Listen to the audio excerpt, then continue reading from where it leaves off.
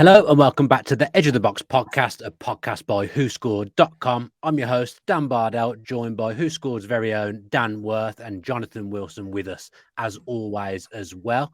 Dan, we're going to start with the Premier League Player of the Month for March. They all must have played 3 or more games. Who have we got? Yep, so the Team of the Month for March, obviously, you mentioned the 3+ appearances there, which by default rules out anyone from Man United, Man City, Fulham and West Ham, just due to fixture congestion. But we're going with a 4-4-2. And in goal, we've got Ramsdale, a back four of Trent Alexander-Arnold, Ethan Pinnock, Virgil van Dijk and Ben Chilwell. In midfield, we've got Saka, Odegaard, McAllister and Mitoma. And up front, we've got Harry Kane and Isaac. I was convinced there was going to be a Villa player in there, and there's still, even though about 6 teams haven't played, still Ollie Watkins not in there. He must have been close. Yeah, I think he was quite close, but yeah, it would be hard to knock out Isaac at the moment, and obviously Kane's had a pretty good month. Yeah, Jonathan, good team. Little shout out for Ethan Pinnock in there at centre back for Brentford. He's having a very good time. He's had a good season, and actually, he's been a very capable Premier League player throughout, despite having never played in the Premier League before.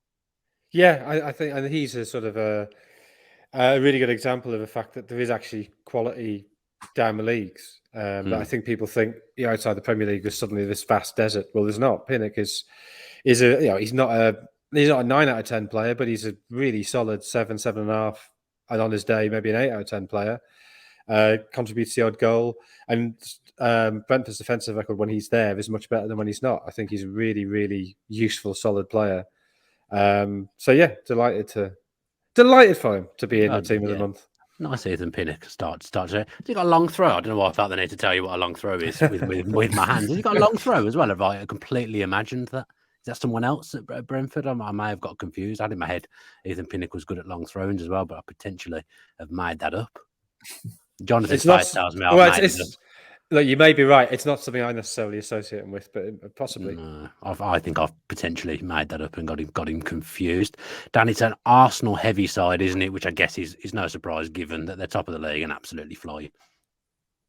Yeah, it's no surprise at all. You have Saka and Odegaard holding down the midfield, and Ramsdale in goal. All three, well deserving of their place. I think they've won all of their last 6 in the build up to the international break. So yeah, fully deserving, which I guess brings us on nicely to the form guide, which I can jump into next. So starting in 10th, we've got Jack Grealish, then Harry Kane. Here's your Ollie Watkins, Mo Salah, Trossard, Martinelli, Odegaard, Rodri, March, and Saka is the most informed player. So again, super Arsenal dominant. But yeah, as I said, winning their last 6, and this is focusing on the last 6 games. You are not surprised to see those Arsenal players there. The international break potentially coming at the wrong time for Arsenal, Jonathan, and Rodri did his best to try and impact Arsenal in that international break as well, didn't they? Oh, it was a terrible tackle, yeah. So I'm glad that didn't. I mean, the thing is, even if I think it was reckless rather than malicious, but you wouldn't want a title potentially decided by that. That would have really left a sour taste, however accidental it may have been. Accidental is the wrong word because it was reckless, but I'm sure he didn't go out to target Odegaard. But yeah, did it come at the wrong time? Possibly because they did have momentum. On the other hand, Thomas Partey's been injured and I think he's a doubt this weekend, but he should be back after that. So they have had time to sort of patch him up. I don't know. So yeah, well, Saliba's out a little bit longer, isn't he? But yeah, again, there's a couple of weeks of him being out that they haven't had to go through. Tomiyasu's obviously out for the season now, which maybe doesn't matter so much when given Ben White's form. Again, a little bit more time to get Gabriel Jesus back when Nketiah is not available. So I don't know. I think it's one of those things you judge in retrospect that it may be that after a good burst of half a dozen games, actually a little break to reset isn't the worst thing, rather than sort of running into a bit of staleness. So I don't know. We'll see. Yeah, and talking of Rodri, had a lot to say after they got humbled by Scotland last night. I think he's called Scotland rubbish, even though they won 2-0. So I'm not really sure what that makes Spain. But just before we were coming on, Jonathan, we were talking about some of the international teams, and some of them are not what they used to be at all. You look back to the Italy game against England the other night. I mean, I had to look up who their striker was because I didn't have a clue who he was. Germany are struggling there, a little bit patchy at the moment. And that Spain side was not of the quality that we've seen Spain sides in the past either. Yeah, I mean, Spain obviously had a couple of high-profile absences with Gavi and Pedri not being there. But yeah, you looked at that side, and yeah, I'm pretty sure that 5-10 years ago, you'd looked at the Spain second string, and it still would have been a pretty intimidating team. You looked at that team, and it's sort of that's really average. Now it might be that in 2 or 3 years, you look back at that side and think, oh yeah, that was the beginnings of a new generation of Spain. But I mean, it's hard to believe Joselu is I thought that had to be a different Joselu. I couldn't believe it was the one that played for Newcastle. Yeah, I mean that's it suggests an issue in that area. Italy the same. Germany is weird given they won the Confederations Cup in 2017 with a very young side, and the problem in 2018 was a sort of failure to integrate those players. But you sort of thought, well, when they do get integrated, when those players come through, they'll be strong again. But they don't really seem to have kicked on in the way that they might. And now, they don't have to qualify.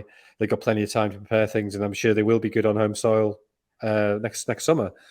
But I don't think it's as intimidating as the Germany side of a decade ago. See, 3 of the sort of European big 5 look, by their standards, pretty weak.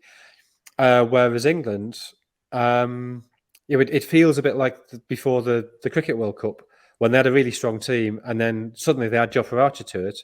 Well, England had a pretty good team, and now Saka has developed in the last couple of years from being a very promising player to being a really, really, really good player. I mean, clearly England's best player over this international break. I think probably the best player in the game against France at the World Cup. Jude Bellingham, over the last year, looks an exceptional player. So to a strong unit, you've added 2 more. And so the players I sort of thought 2 or 3 years ago were going to be the future of England, Phil Foden and Mason Mount, by no means guaranteed to start. Maybe not even guaranteed to place in the squad, which suggests how much strength England have in certain areas. I think centre-back. Well, yeah, I mean, the emergence of Reece James, you sort of thought, Kyle Walker's our great right-back and Trippier's sort of a really good backup. Well, no, Reece James is actually the best of a lot of them. And Alexander-Arnold, as you say, can't get in. You probably would want another centre-back or 2, but England look really strong in a way that I think England now, it shows you all the shortcomings of the so-called golden generation. If you think of beyond that sort of core of sort of 7 or 8 really high-profile players who, to be honest, didn't fit together that well in a team, the fact you had people like Darius Vassell, Trevor Sinclair, Aaron Lennon, good players, but certainly not at a world-class level. It sort of suggests how quick the drop-off was then. And England now don't really have that. I mean, centre-back maybe you'd say is equivalent to that. But certainly in attacking areas, England's strength is. I mean, the fact something like Sancho, who 2 years ago looked like one of the best young players in Europe, and he's nowhere near the squad. It would take 4 or 5 injuries or him to have an exceptional season for him to be anywhere near the squad. Yeah, Dan, who's going to win Euro 2024, England or Scotland? Yeah, it's a very good question. I'll be going with England, though, for sure.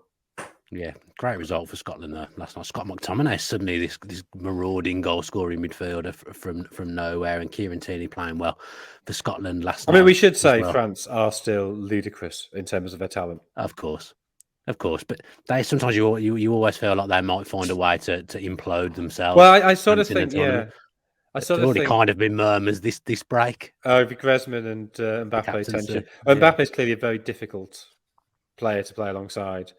And Deschamps, I don't know. I always think they succeed despite Deschamps rather than because of him. I feel he sort of just holds them back a bit too much. And I'm not sure he's the greatest. England fans talking about Southgate. Well, England fans are wrong, whereas I'm right. That's the difference. that is always the difference. Not often I disagree with you, Jonathan. Let's move on to the Premier League. Then it's Manchester City against Liverpool this weekend. I believe this is the first game of the weekend, actually. So a great way to start the Premier League weekend. Jonathan, Liverpool's top 4 hopes. I can't work them out. Liverpool. I still think they'll probably sneak into the top 4, but it's just been a bizarre season all round for them. Yeah, but you're right. You still sort of assume they will click as they did 2 years ago and put a bit of a run together over this last sort of 10, 12 games. There's 7 points off Spurs with 2 games in hand, 5 points behind Newcastle. Newcastle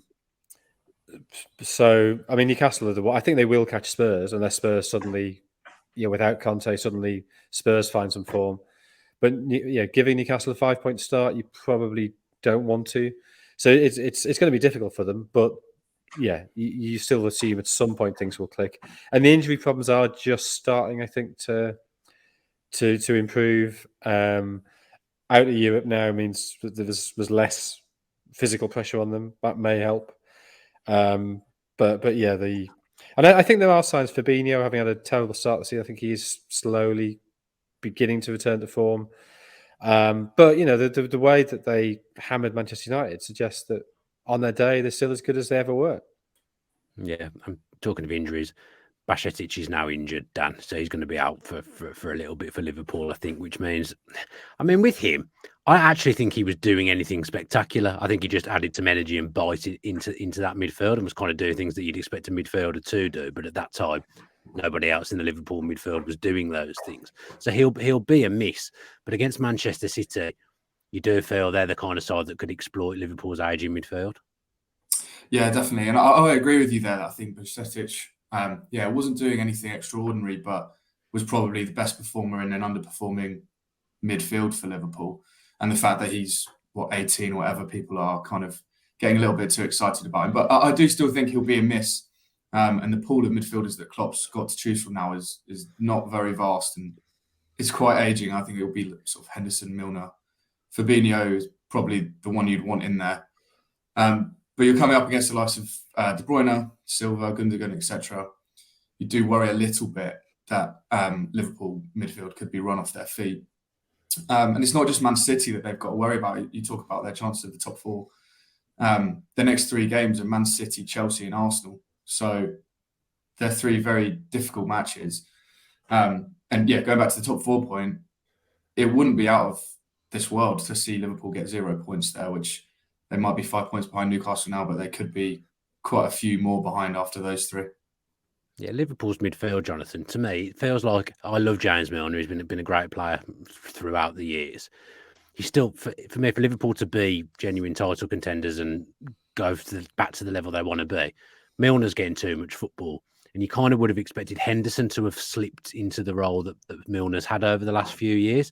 But neither of those things have happened. That midfield, it hasn't evolved enough over the last year or 2. And that's still the area that when you watch them, it's letting them. There's stuff going wrong behind them as well, actually, when you watch them. But that midfield just hasn't evolved enough over the last 12 months.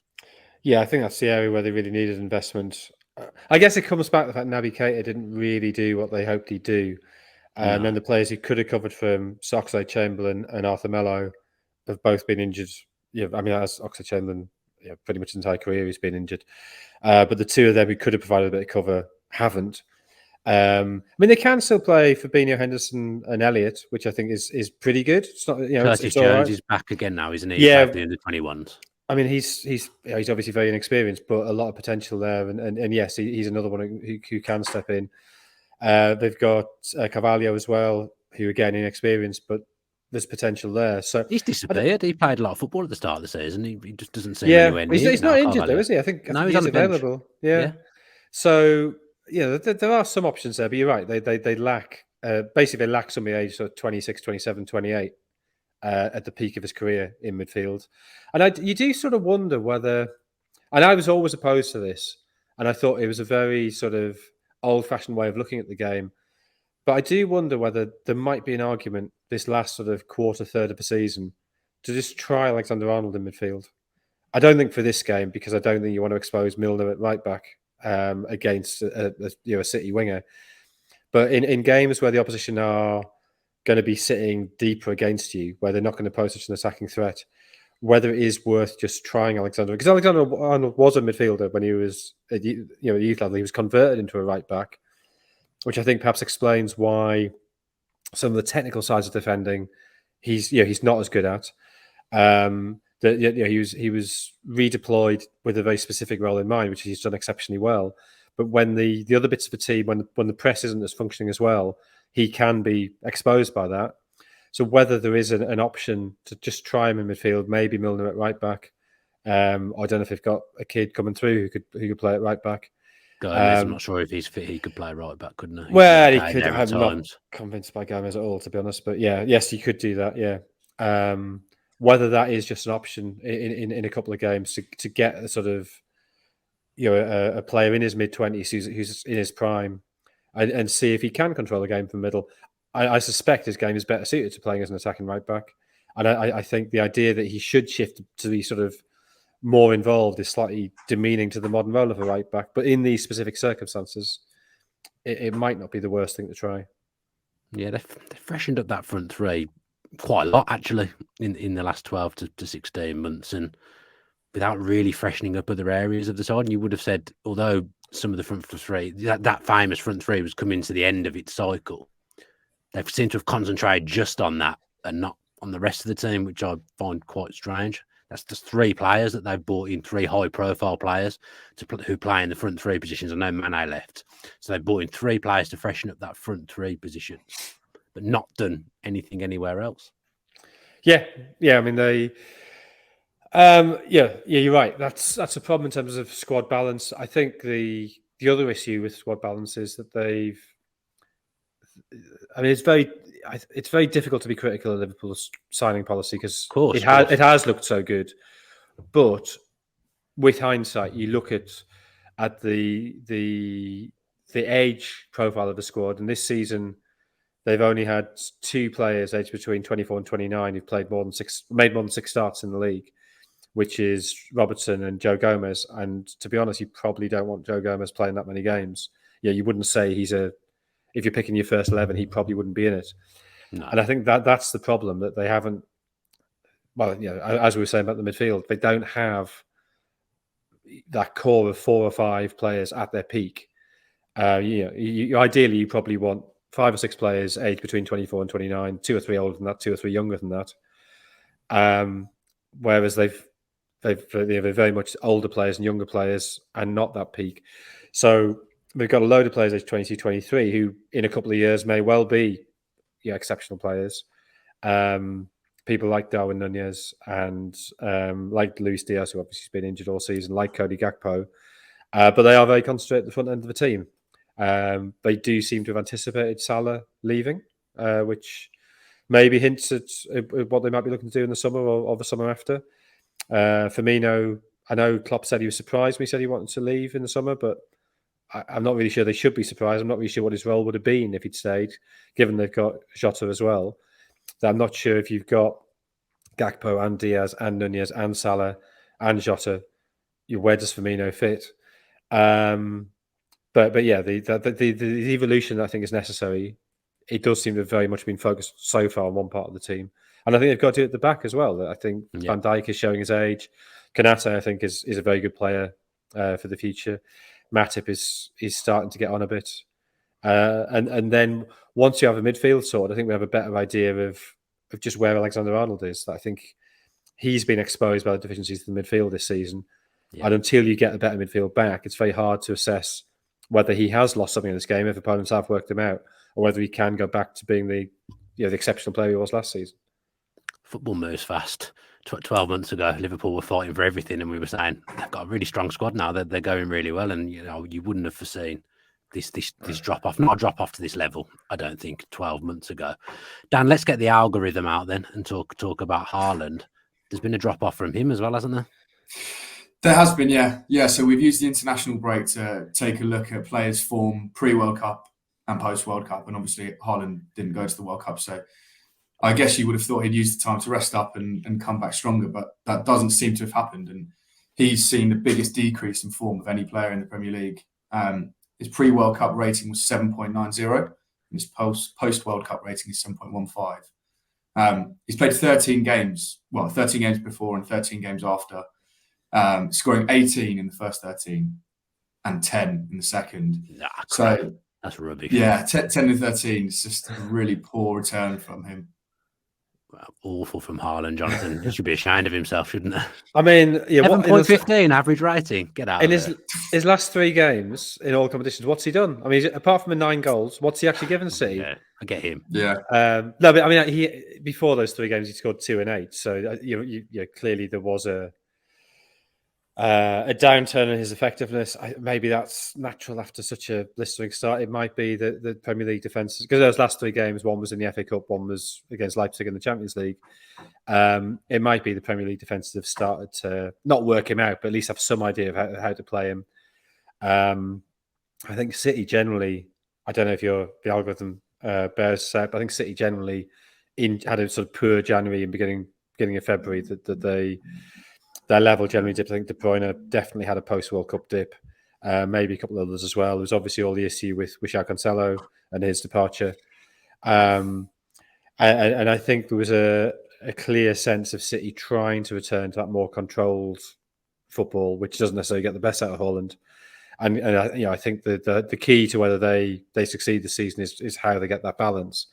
So I think there might be other issues there than just Haaland, but yeah, that run of 2 goals and 8. Yeah, I was certainly starting to think, how long is this gonna go on? But then 9 goals in the last 3. I think he's doing all right. It may be utter nonsense from me, but I do think what you said about people working him out. Everyone's played against him once now, so they've had a game where they played against him. So the surprise factor from that first time when they would have played him has gone. So do we read anything into that? The fact that they've all every team would have played against him once now, so he's slowed down because they kind of know how to handle him now. It's not a surprise. Yeah, it's not an either or. It's not this guy's unplayable or this guy's we've worked him out. Yeah, clearly, if you play against him, if you analyze them on videos, you start to get a sense of how you can diminish his effectiveness. And I think when he first arrived, there was that sense of, well, if he's quick, you need to sit deep against him. But if you sit deep against him, he's going to murder you in the air. So normally somebody who's good in the air, you push high against them, but Haaland can hit you either way. And there's not many players in the whole of football history who have that mixture of physical power and pace, and also the technical ability. Now, you can say his technical ability maybe isn't quite that of, say, Aguero or something like that, but it's still really, really good. His finishing is exceptional.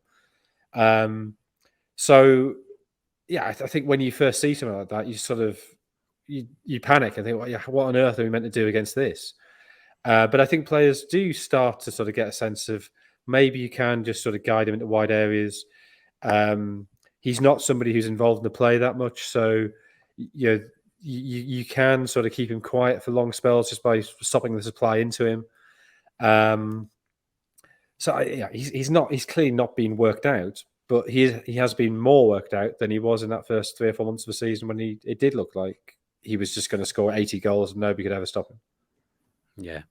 I mean, some good news for Liverpool after we've ripped their team apart is that Man City are Salah's second favourite opposition. So there's a good chance come the weekend Salah might get back on the score sheet.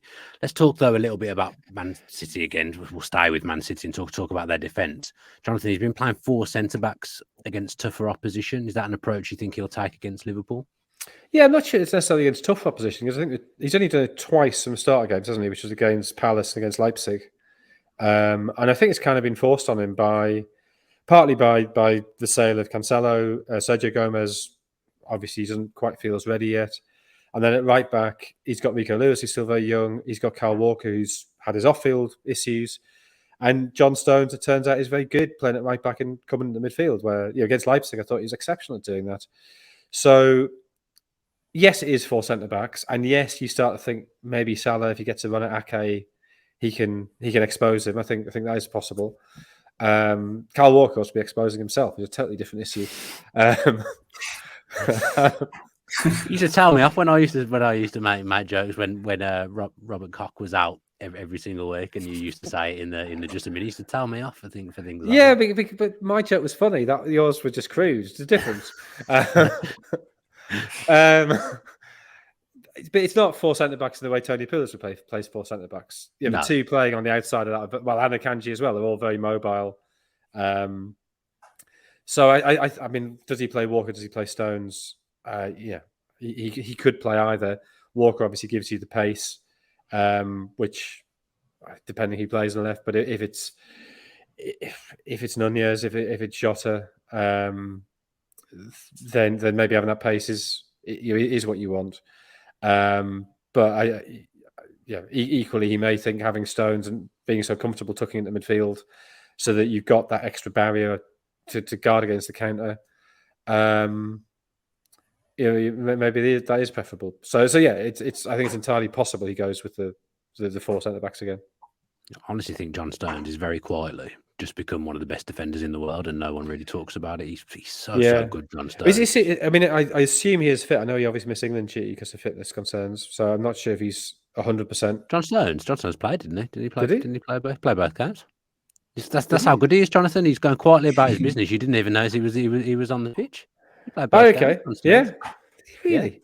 Yeah, that's how good he is, Jonathan. It was Stones and Maguire centre back, was it? Yeah, you don't even notice him. You don't even notice him. To be fair, I was in Utah and missed the whole thing. So yeah. We won't go into your Utah trip, Jonathan. I'm disgusted that you didn't go to the basketball. Dan, let's finish on this game, Manchester City v Liverpool. Interesting stat that's been provided to me. I don't know whether it's come from you. Liverpool have fewer away points than Southampton. That's scandalous.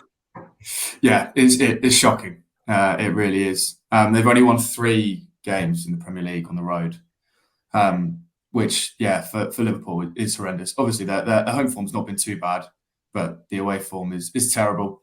But that said, again, bringing it back to the top 4 debate is that they have beat Spurs and Newcastle away from home.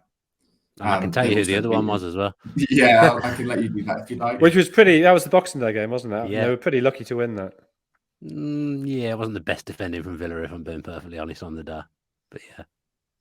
I'm surprised about the other two, though. I didn't realise that the other top 4 contenders were the only other 2 teams. But I think that's significant. So their problem has been scoring goals away from home. I think they only got 13 away from home, which is the lowest in the top 9 for away goals. So it's not the defence that's the issue. I think it's scoring away from home for whatever reason. But that goes against everything else that we've just said in the opening half an hour of the podcast, doesn't it? We've just been saying the attack's fine, but the rest of the team's no good. Well, no, we've been saying they've done a lot of work in terms of rejuvenating the attack. I don't think we've been saying it's actually been functioning that well. I mean, they've got that very odd stat that about a third of their goals have come in 2 games. At the Bournemouth Manchester United game, 16 of how many goals have scored? 40. It's high 40s, so roughly a third. Have come in those 2 games, which is a very odd stat. Let's finish then with our pointless score predictions. Then, Dan, I'll let you go first. What's your score prediction for this one? I think City are going to take it, and I'll go 2-0. 2-0 to Manchester City. Jonathan? 2-1 to City. Liverpool won the reverse fixture, didn't they? They won 1-0, if my memory serves me correctly. But no, Man City 3-1. I can't see anything else other than Man City win this weekend. We move on now to the Keith Gillespie derby, and it's Newcastle against Manchester United, another big game in the Champions League race. Jonathan, Isak, do you like him? Do you think he's a better option than Wilson and obviously Wood, who's now departed? Kind of more of an all-round striker, isn't he? Yeah, I mean, he's a lot more mobile. He's 9 years younger than Wilson. He's fit more often. Like that. I think the question mark about him was always, does he score enough goals? But what is it, 6 in the last 7? So he seems to have. I mean, we'll see how that goes. But at the minute, he's answering that criticism. So Wilson this season scored 7 goals, 3 assists in 15 starts. Wood had scored 2 and no assists in 4 starts, and Isak's had 6 goals, no assists in 7 starts. So. So he's 8 years younger than Wilson. So I think he's a slightly slow start. He had injuries, but I think he looks like he's settled that team now, and I think he's what they need is sort of a mobile front man who can hold the ball up, and now he's scoring goals as well. So that's looking like a very smart £60 million. Yeah, and of course, me and Dan on this podcast both know what it's like to be younger than a Wilson. What have you thought of? What have you thought of Isak, Dan? Yeah, I think he really represents the evolution of Newcastle for me. As Jonathan mentioned, he's much more mobile than Wood and Wilson, and he brings a lot more fluidity to Newcastle's team. But another one of the sort of benefits he brings over those two is his ability with the ball at his feet. He's averaging 1 dribble per 90, which might not sound a lot, but Wilson's average is 0.2 per game. So that is quite a step up. But another thing is he also has one of the best conversion rates in the league at 25%, which, just goes to show how effective he's been for Newcastle and puts him in good stead, like alongside the likes of Haaland and things like that. So, I think it's definitely a good signing for Newcastle. And as I said, it just shows the positive evolution for me. Yeah, the midfield battle is going to be interesting in this one now, Jonathan. Obviously, Casemiro is going to be absent, but Manchester United suddenly stumbled upon one of the best goal-scoring central midfielders in world football in Scott McTominay. An argument for putting him in anyway against Guimaraes, Willock, Joelinton. That's a very mobile and athletic midfield for Newcastle. So there possibly would be an argument for playing either McTominay or Fred anyway.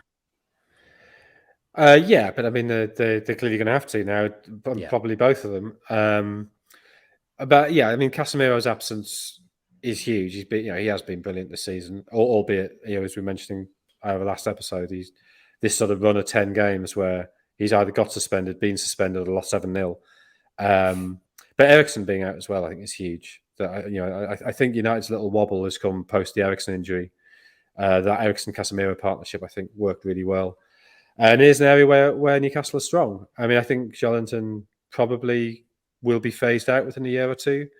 But at the minute, that three does work very well. That Guimaraes is a slightly deeper lying orchestrator. And then the aggression and energy of Willock and Joelinton. And Willock is, I think, a really underrated player.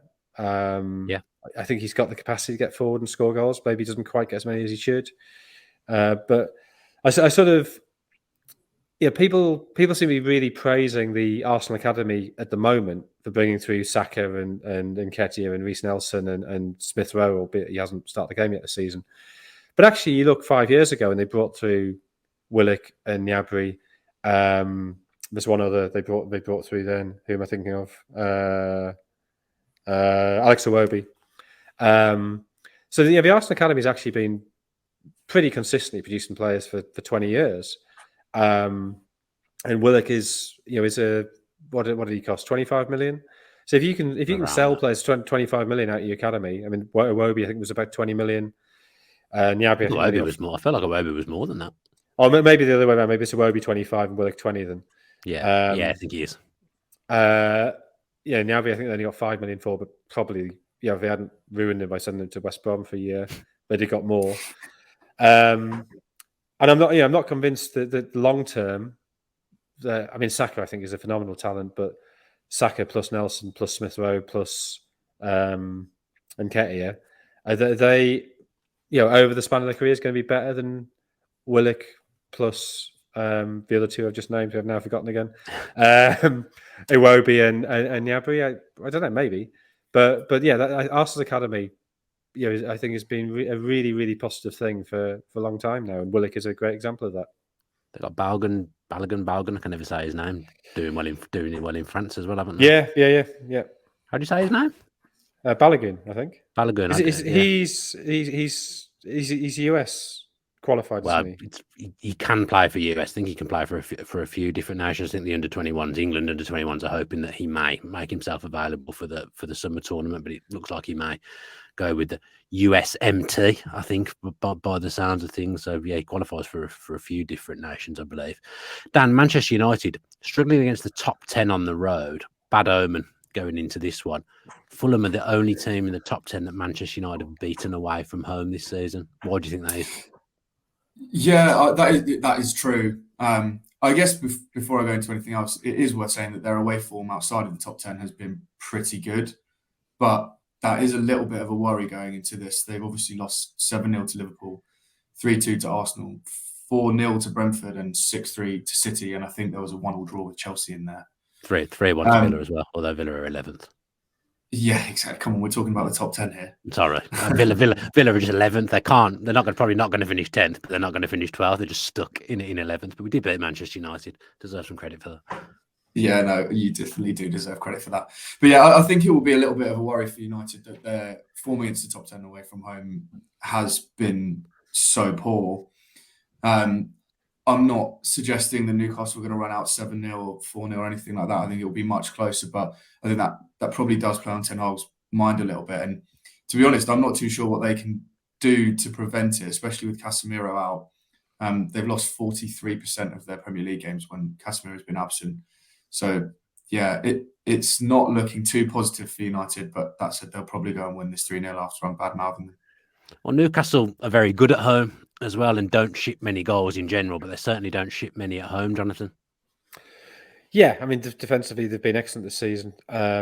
You would imagine they'll be pretty defensive in this game as well because they've got a load of attacking doubts and absences. Almiron definitely out, and then Gordon, Saint-Maximin are doubts. Botman and Pope are doubts Joel as well. Linton might play further forward, and Longstaff. Longstaff's been good, quite. Yeah, I mean, Longstaff's a very useful sort of. Works very hard. I think a better player than people maybe give him credit for. Yeah. Again, I think one of those who will be phased out pretty soon. But he's been really good this last year, 18 months. So yeah, there is a possibility that they'll play Joelinton on the left and he'll come into midfield, and that maybe just gives him a slightly more solid aspect. I think Howe likes playing Joelinton on that left side if he's playing against a very attacking right back. Whether Dalot counts as that, I'm not sure. But yeah, that clearly is a possibility. You could play him on the right and negate Luke Shaw. Stop. Yeah, that's true. Putting you as well. I like Joel Linton in the front row. I actually think that's his best position in the front row. I think he is better on the left than the right. I think he's better coming inside than having to go outside. But yeah. If his job is primarily defensive, it doesn't really matter. But yeah. Yeah, Newcastle obviously looking to get revenge after the Carabao Cup defeat a few weeks ago as well. Jonathan, what's your score prediction for this one? 1-0 to Newcastle. 1-0 to Newcastle. I'm going to go for 1-1, I think. Dan? Yeah, I'm going to join you with 1-1. Here we go then. Right then, Everton against Tottenham. The end of Antonio Conte, Jonathan. No great surprise. It felt like it had been on the cards for a long time, and he was going to be gone at the end of the season anyway, so they may as well part ways now, and they have. His long-time assistant Stellini staying is a little bit of a surprise, perhaps. Although I do feel like when he's took charge of Spurs this season, arguably they've been better. They've got some big results with him in the dugout on his own. Yeah, they have, and it is a surprise. I don't know whether Stellini's talked to Conte about it. I don't know if he said, "Look, I'll stay at the end of this season. I'll see it through. Then I'm back ready to be your assistant next time you want me," or whether he feels it's time for his own managerial career to take wing. But yeah, there's definitely been no drop off when he's been in charge. Ryan Mason seems to come more to the fore when it's Stellini, not Conte. But I think almost anybody in the dugout at the minute will have at least a short-term benefit, because there's just that sort of that sense of pressure when Conte was there, that he just become a manager who infected players with anxiety and nerves, and I think once you've come out quite as brutally as he did after the Southampton draw and just slaughtered everybody, I'm not really sure that that's sustainable. So yeah, I think he probably had to go.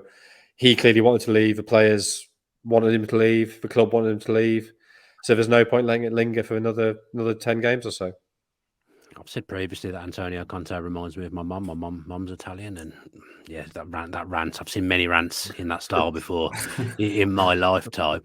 Dan, who's going to take over? Who do you think is the best fit for Spurs?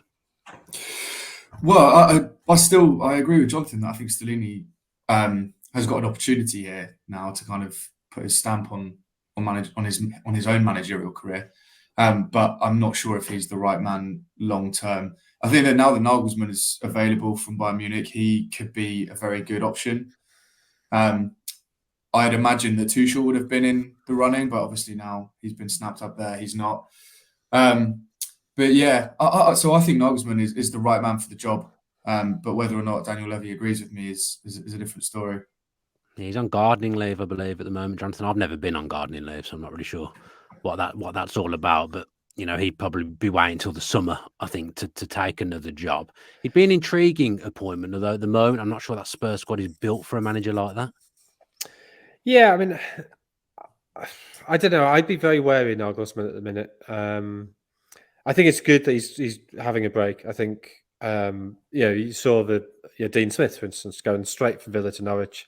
It feels a bit like a rebound relationship that he needed to make himself feel wanted, but actually you probably need a bit of time to sort of reset and everything. I mean, Nagelsmann is what, he's 34, so he's very young, and he's already done the job he always wanted to do. And you sort of feel now, I mean, this is me speculating, but as if the rest of his career is going to be trying to get back to Bayern to sort of prove a point to Bayern. Is it a bit like Lampard? I know Lampard's not the same level of manager, but you've taken that job because you think it might not ever come round again. But now it's gone, it's never coming back, and you feel like your whole career might have led up to that. Well, I think with Nagelsmann it might come back. I think I don't see any route for Lampard to get back to Chelsea because I don't think Lampard is good enough as a manager to do enough. I think Nagelsmann potentially could. Yeah, okay. I'm not convinced he will take the Tottenham job. Obviously, he'll be offered the Tottenham job even. But let's say he did take it. It's possible that he could, take Tottenham to second a couple of seasons, maybe have a run in the Champions League, and then that could get him a job at, I don't know, Inter or Milan or somewhere, and he could win the league in Italy.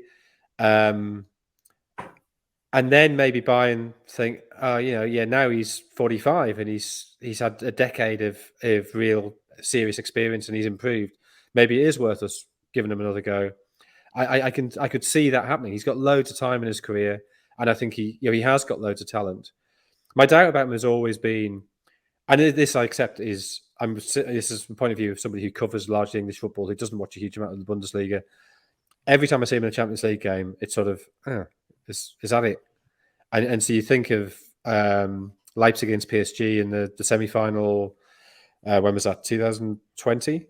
When they were really flat, lost 3-0. I thought even with Bayern beating PSG this season, they should have, that first leg, PSG was so bad in the first half. He should have been more proactive and said, kill the tie, you get it over with. Whereas they were still a bit cautious. I feel he still kind of gets a little bit intimidated by the biggest games. And I think, and this is going to sound ridiculous, but the absurd trousers he wore for that Leipzig v PSG game, that was almost like him having to dress up for a big game. Yeah, he couldn't just treat it as another game. He had to do something special for it. And he had to it was almost like wearing the absurd trousers was a compensatory thing to cover his insecurity. You'll notice I dress very, very soberly because I don't have that insecurity. You'll notice I'm quite like Nagelsmann. I didn't want to say that, but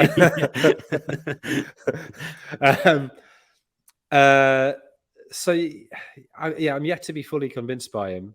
And I also think Tottenham, certainly with the Mourinho appointment, with the Conte appointment, they've kind of appointed above themselves.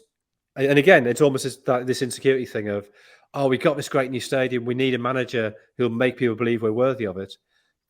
And then the problem with those managers is that as soon as things begin to go wrong, they just blame the club. It's Tottenham. What can you do with Tottenham? And so that Conte rant, it wasn't just he did isolate a whole series of things that are actually wrong at Tottenham, but he also sort of, I think, encapsulated the general mood about them that, well, they were manageable. So, if it doesn't work, it doesn't work. Never mind, I'll move on. It doesn't really damage anybody's reputation. What they need is a manager. They need to identify the new Pochettino. And I don't think Nagelsmann is that because he's already had the big jobs. I think they'd be much better going for a De Zerbi or a Amorim, somebody who is on the way up. They could go for the original Pochettino, but Pochettino now is not the Pochettino he was in 2014. He's been scarred by a couple of jobs, and I think they need this big reset. I think, which may mean getting rid of Kane and Son and reinvesting that money. But they need Pochettino as he was a decade ago, not Pochettino as he is now. And I don't think Nagelsmann is that figure. I'm not sure that side fits Poch at the moment. I'm not sure if it's. I'm not sure if it's anybody, to be honest. I think it needs a lot of work. I think that squad's very odd. But you've also got all the players. It's not a bad squad, is it? But it just doesn't seem to fit anyone. It's a weird squad because there's all the players that Conte's frozen out you've kind of forgotten about. So people like Jed Spence, is Jed Spence really that bad? I mean, he looked really good when he was at Middlesbrough. Is he absolutely unplayable in the not unplayable in the way the Haaland's unplayable, but you literally can't pick him? Well, he'll Is be he back really next that bad? season, won't he? Now he's playing in France. He'll be back next season and be a viable option for whoever takes that job. Conte, it almost sounded like you were just making a point with him. I didn't sign him, so I'm not going to pick him. No, exactly. So people like, I mean, I know he's only on loan, but Dan Chumas, he hasn't played a game, has he? Or certainly hasn't started a game.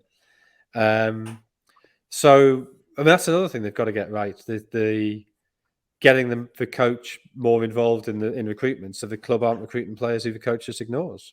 I mean, the director of football, Patrici and Conte, felt like a decent match. Felt like that would fit, but it didn't seem to. And they signed a few players that Conte wanted. Like, obviously, it's clear that Perisic was a Conte signing and nobody else. But Patrici's got his own problems now with investigations going on against him as well. So, Dan Spurs are basically just a mess.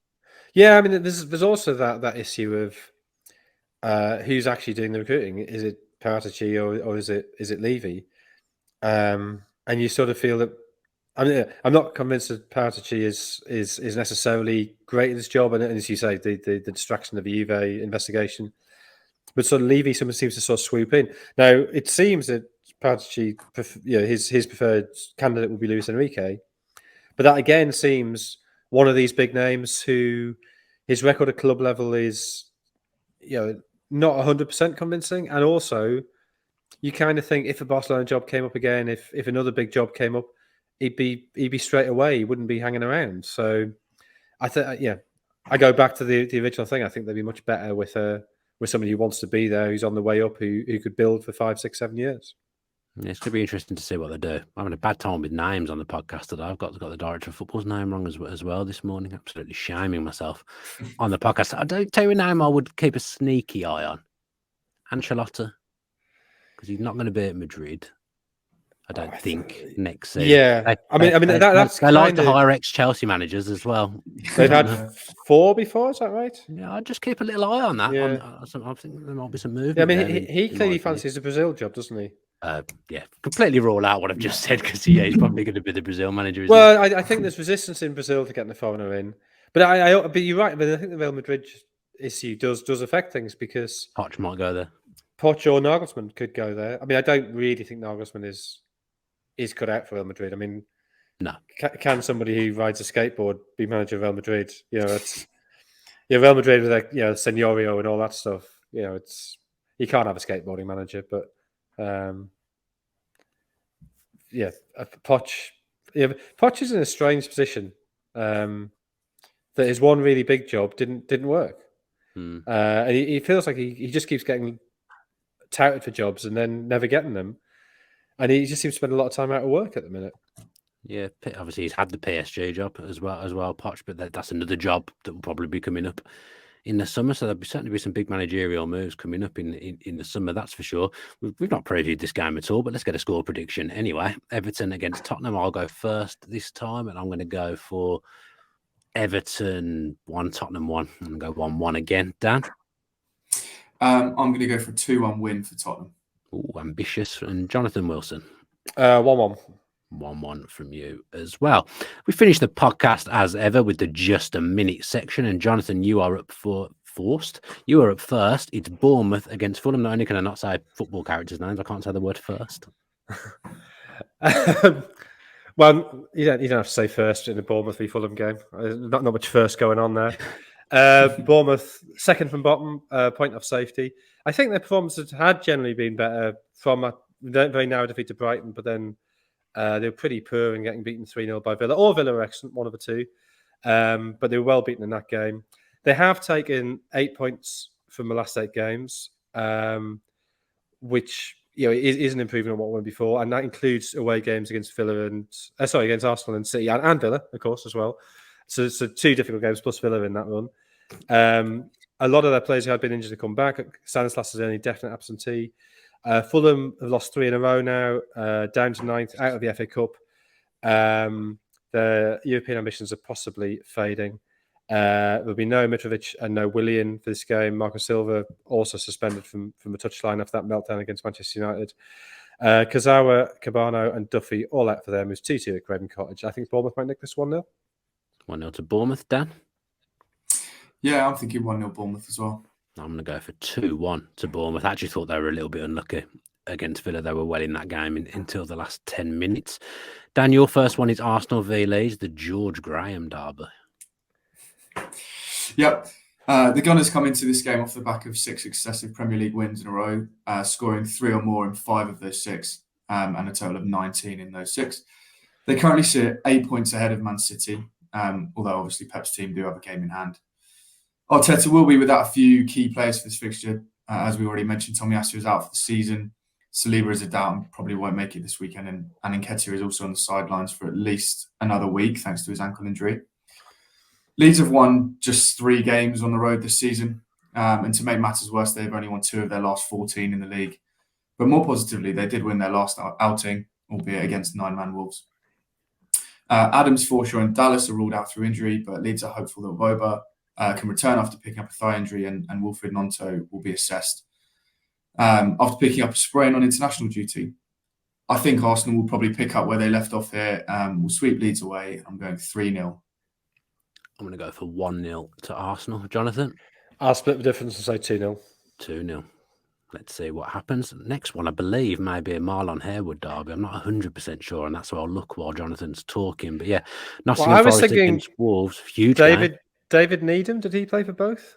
I couldn't even tell you who David Needham is, in all honesty. Oh, I might be confused. I think he maybe scored against Wolves in the League Cup final in late 70s. Maybe that's what I'm thinking. Obviously, Morgan Gibbs-White is the recent. Yeah, I don't like to do it when I don't like that. Yeah, I'll have a look. Yeah. I'll have a look now whilst you do just a minute section.